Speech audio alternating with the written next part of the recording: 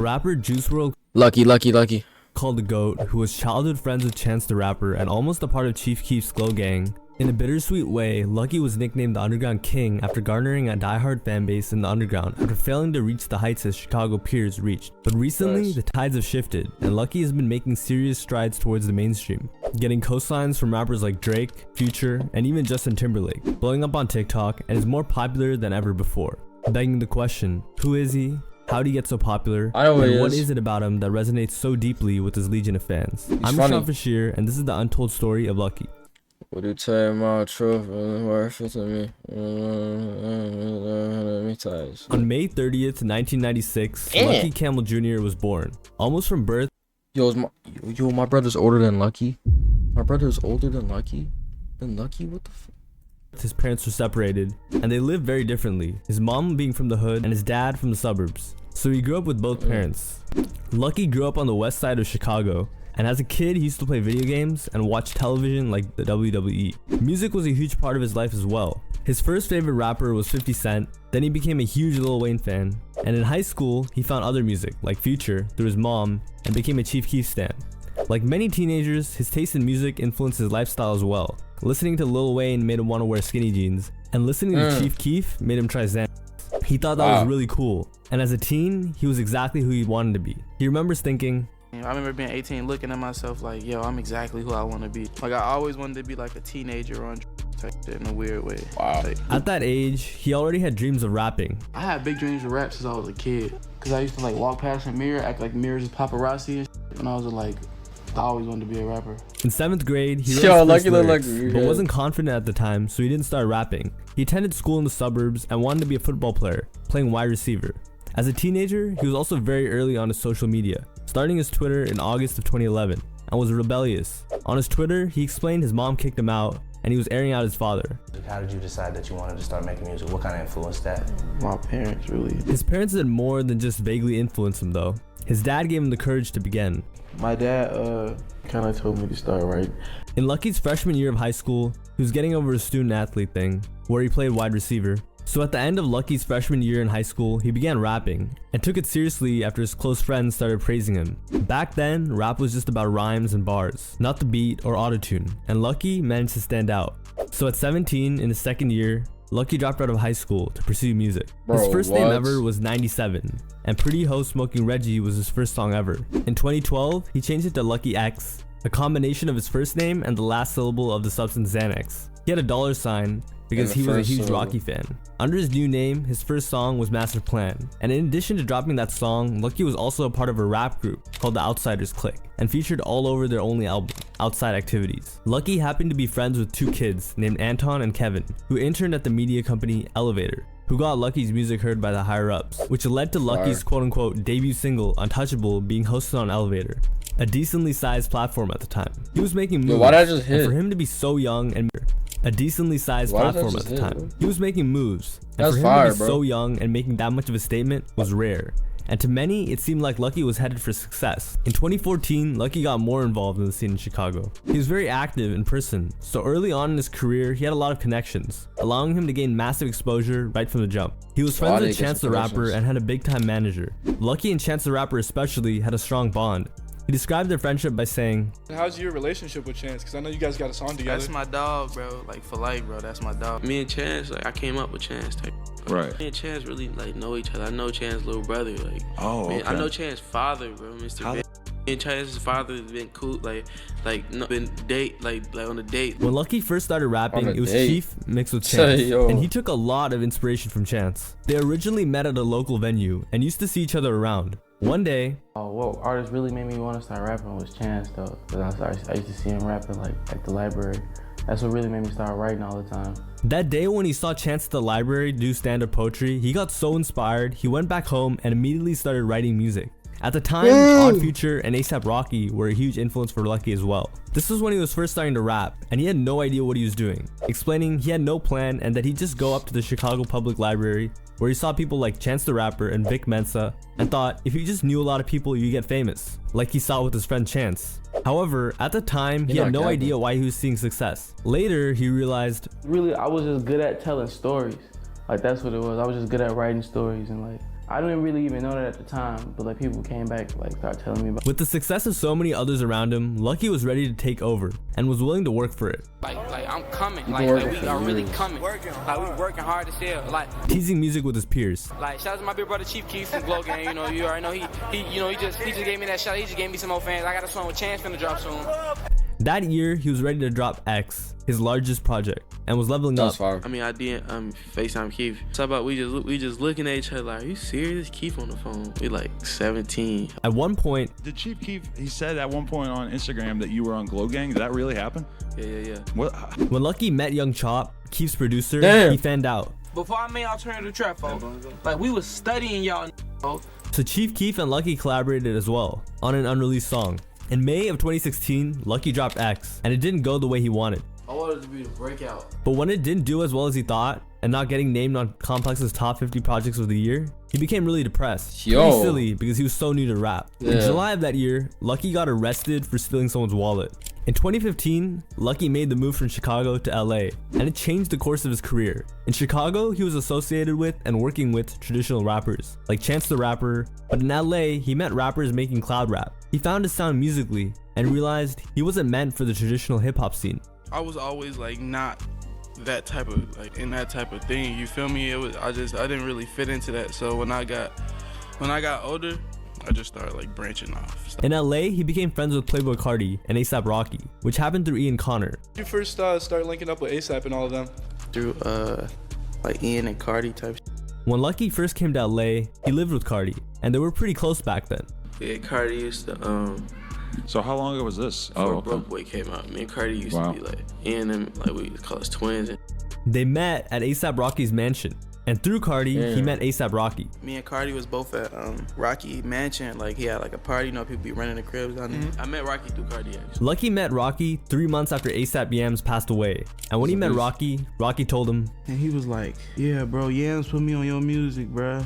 I'm like, that crushed me though, because I never got to meet A$AP Yams. Lucki's actually in the Lamborghini High music video. Yams, I saw you were in the Lamborghini High video. Yeah. How did that kind of all come together? I just woke up at Rocky crib.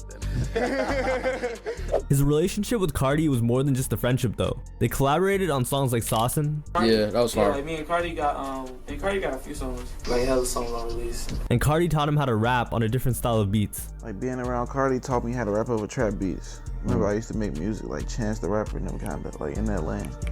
Being around Carti taught me how to rap over like up-tempo beats. He was friends with Carti's friends Uno the Activist and Thousand Man Fani as well, and ended up collaborating more with them than he did with Carti. Uno, my brother forever. Yeah, love Uno. I need my brother. Everybody, all right with Ian. Yeah, you still cool. Being from Chicago, Lucki also became friends with Cole Bennett before he was famous. They had a music video from 2015 that was released 8 years later, and Cole gave Lucki $100 to model for a Lyrical Lemonade shirt, which Lucki says he remembers he really needed, and said now, I'll be really just happy for him, but it just makes sense because the type of person he is. In January of 2016, Lucki decided to drop the X from his name. At first, he just took out the $sign because he didn't want to become like A$AP Rocky. No more ECK money sign. It's just X. Just X. But eventually, he claimed the X was just childish, so he dropped it completely. Please stop calling me Lucky X. You're over and then y'all be calling me Lucky X. I just really was over that name. In March, he dropped Son of Sam, and the cover art is inspired by David Berkowitz, a serial killer. The cover art is one of his letters, and Lucki explained he relates to him. Vices are demons. My demons these big taking on Rick James. Like this fast life, like drugs, you know, that's my little comparison to it. Little did he know, the worst was to come. Lucki's dreadful relationship with substances was no longer figurative like he portrayed in his art. It was real, and in 2016, it almost destroyed his career. Lucki had originally Some terrible big homies. I was just with them. I popped it down. I just remember feeling so free. I was just overboard. I was like, it's fun.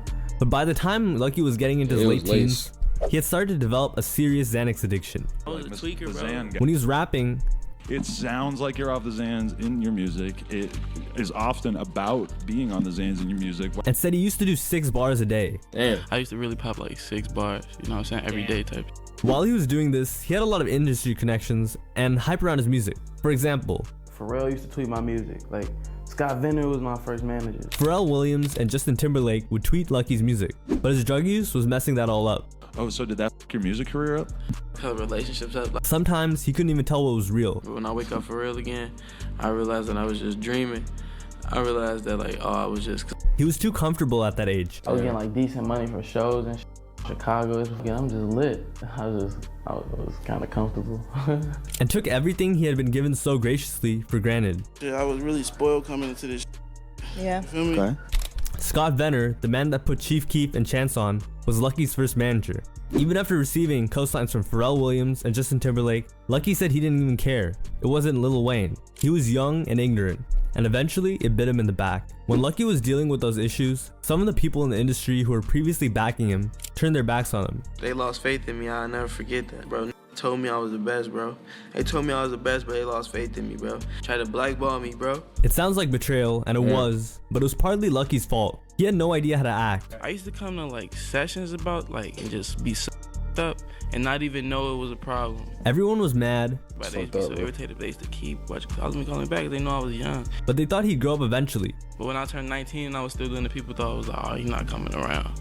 He not getting it. Because people always thought I was just gonna get it. You feel me? Right. And then when I was 19, it was like, nah, he just don't get it. Spoiler alert, he didn't. And like many young kids, had to learn the hard way. Eventually, Lucki's substance abuse led to Lucki becoming hospitalized, and it messed him up bad. The lowest point in my life. I psyched out for like 4 days straight, and I just had to go to the hospital for like a week. I was tripping. But I wasn't myself, bro. I was like fragile, like mentally, bro. Like, Right. Cause like I really went crazy, you feel me? So I was like, He used to joke about his addiction. He was shameless, but after that, it was no joke. But I had to just learn how to be my own person and not depend on a pill. He eventually decided to take a break from music and focus on himself. When he was in the hospital, he became a fan of Kurt Cobain. Kurt Cobain, oh my god. Dude, Kurt. I started watching like hella documentaries. I watched all documentaries. Explaining he related to the themes of self-destruction. Really relating to self-destruction. Right. Are you in a period of self-destruction in general, would you say? Or is that something that you feel like you're past? I feel like I'm always gonna be in a period of self-destruction. He decided to drop Freewave 2, but his substance abuse caused him to develop mental health problems and depression, and decided it would be best if he took a year-long hiatus. During the hiatus, he had a son, and his son gave him a sense of priority and made him want to work harder. In 2017, he returned from his hiatus, dropping Watch My Back. Luckily, no pun intended, fans were patient, and he didn't suffer any consequences. In fact, Watch My Back became one of his most successful projects, a fan favorite. Nowadays, Lucki has made it clear my music is like a warning or something, bro. Right. Like, I don't glorify at all. another rapper Lucki knew was Juice WRLD, and they were pretty close. And Juice WRLD had a lot of respect for Lucki. Juice would be like, this the best rapper ever. Everybody in the room be like, And you're what? like- They're like, who is this? You feel me? I was disheartened when Juice died. I really be wishing he was still here. Cause I know it'll never be a dull moment in if he was still here. In 2019, Lucki dropped Freewave 3. This is the same dude who hung up on Juice when Juice was spamming him, bro. Cause that's Juice, fuck that nigga, bro. But it's not even that, bro. I mean, yeah, he was obviously joking, but I'm saying like that's why like you can't take shit for granted.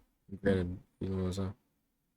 A project about a woman he was in love with. The first half was while he was in love, and the second half was him heartbroken. In 2020, Lucki signed a distribution deal with Empire, the same label XXXTentacion and King Von were a part of, allowing him to receive a stronger push to his music, while being able to retain ownership over. Notice how Lucki's still alive, and nah, I can't even do that. I would never do them conspiracy theories, bro. But you know what I'm saying, bro, X is really my favorite rapper. Revenge. Whoa, how do I put my hand? Oh, thanks. Bad vibes forever. Come on, bro.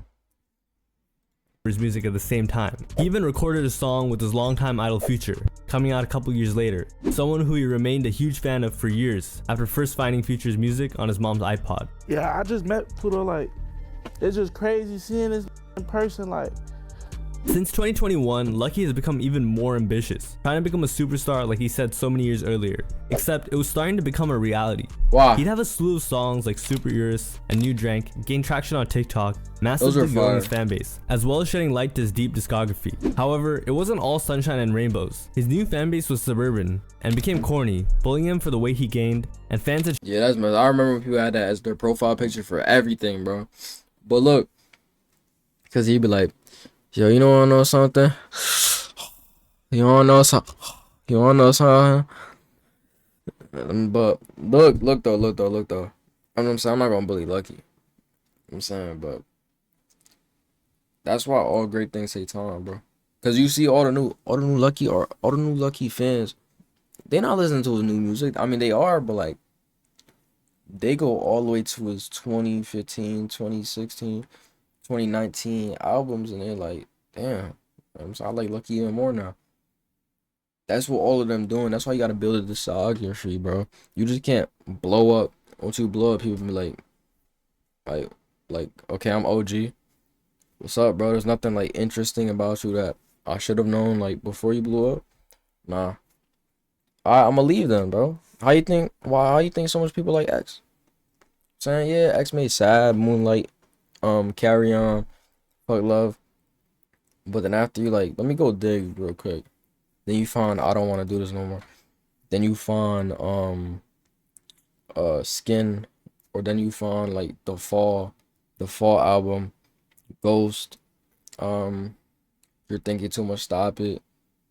I'm saying I Spoke to the Devil in Miami, and I'm saying like shows have rubbed his stomach multiple times, causing quite an issue. Furthermore, Lucky has been under fire for years about some tweets he made years back aiming at the country of Mexico, and his new fan base didn't make it any easier. He explained himself, saying 11 years ago, Lucky and a bunch of other kids, some black and some Mexican, were all trolling. Everyone was just trolling. Lucky just ended up becoming famous and defended himself, saying, I grew up with Mexicans. In 2022, Lucky briefly fell out with his old friends, Uno the Activist and Thousand Man Fani, and accidentally started beefing with the Detroit rapper he was friends with, Baby Smooth. Lucky called out Baby Smooth for hopping on Yeet beats, except Lucky was talking about Thousand Man Fani. Baby Smooth took it personally and decided to take shots at Lucky himself. It was sad because just a bit before, they were teasing a collab. So Lucky actually called Thousand Man Fani washed up for hopping on Yeet beats. He even defended Cardi for dropping Uno the Activist and Thousand Man Fani during their beef. In the end, Lucky apologized, saying he was in his feelings and he was wrong for what he said, and they made it right. During the middle of the year, Lucky got a Drake cosign as well. Drake posted Lucky's music on a story and featured Lucky on OVO radio. When he was young, Drake was a huge inspiration for him, so having Drake post his music was So it's really like a dream come true type of thing. even crediting Drake for teaching him how to rap. He taught me how to dumb it down, but without dumbing it down though. That year, he also got a face tat, inspired by Harry Potter, and said he just wanted one because it was cool, and that his thought process was, I just wanted a face tat. I was just feeling edgy. Like, I got hella money. It didn't piss my parents off, you know what I'm saying? In the end of the year, on September, he dropped He can still Flawless put his Like hair Me, over his it. long-awaited project, with the feature from Future, and started collaborating and working with younger rappers. See, that's why I would only get one right here. That's Can right there. I don't only get the face tat like right here. Look, my hair's gonna be covering it for like the next 10 years, next 15 years. You know what I'm saying? I'm not cutting my hair for that long. I'm saying, so it's always gonna be right here. And then what else, bro? You can always get a taper. I don't have a taper right now, so if I had a taper, I would get one. And then if taper's still in style, bro, they just put a taper in my head and keep pushing. Just like Can as well. So that brings us to today, 2023, and Lucky still has a lot of runway left in his career. He's been releasing a project every year since 2013, and it doesn't look like he's stopping anytime soon, even saying he wants to collab with Playboi Carti again. The artist I'll collab with, but definitely Carti. And wants a Grammy. He plans to retire when he's in his early 30s to become an executive in television, saying, I want to produce TV documentaries, and known as some type of legend, someone who never sold out. Reminiscing on his younger days, Lucky said, I was listening to Currency, A$AP Rocky, a lot of the people who are legends now. I kind of wanted to be like them. The scene was completely different back then. Time will tell if he reaches the status of those he idolized as a kid, but regardless of whether he does or not, Lucky has left his mark on hip-hop, undoubtedly. Yeah, and definitely has inspired the new generation of rappers. Yup, underground legend, bro. Well, with that being said, like and subscribe, bro, please, bro. I need money, bro. Give me 1,000 subs, bro. All I need is 1,000 subs. Then I'm monetized, bro. Come on, bro. Help me, bro. I need some money, bro.